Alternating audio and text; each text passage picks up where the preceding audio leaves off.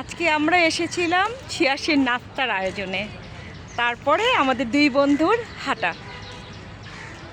ও আমার খুব হ্যালো। প্রিয় বন্ধু, কিছু বল না। হ্যাঁ, খুবই মজা হলো আজকের এই সকালের নাস্তার আয়োজন।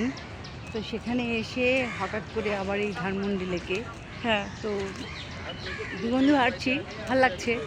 সবাই ভালো থেকো। খিচুড়িটা কেমন হলো বল। ও অসাধারণ অসাধারণ। তাই না, আসলে অনেক দিন জম্পেশ। পর মর্নিংয়ে আমরা খিচুড়ি খেলাম, তাই না? হ্যাঁ, খুবই হ্যাঁ। এই মর্নিংয়ে এই খিচুড়ির খাওয়াটা যে আয়োজন করেছে তাকে তো ধন্যবাদই দিতে হয়। কিন্তু এটা একটা আমার জন্য একটু বেশি হলো যে যদিও ব্যতিক্রমধর্মী, সকালে উঠে আমার এই নাস্তা মানে আমাদের ভাত জাতীয় জিনিস খাওয়াই হয় না, তাই না? সেটা সেই জায়গা এটাই, থেকে এটাই। এসে খেলাম, সেইটা একটা মজার ব্যাপার।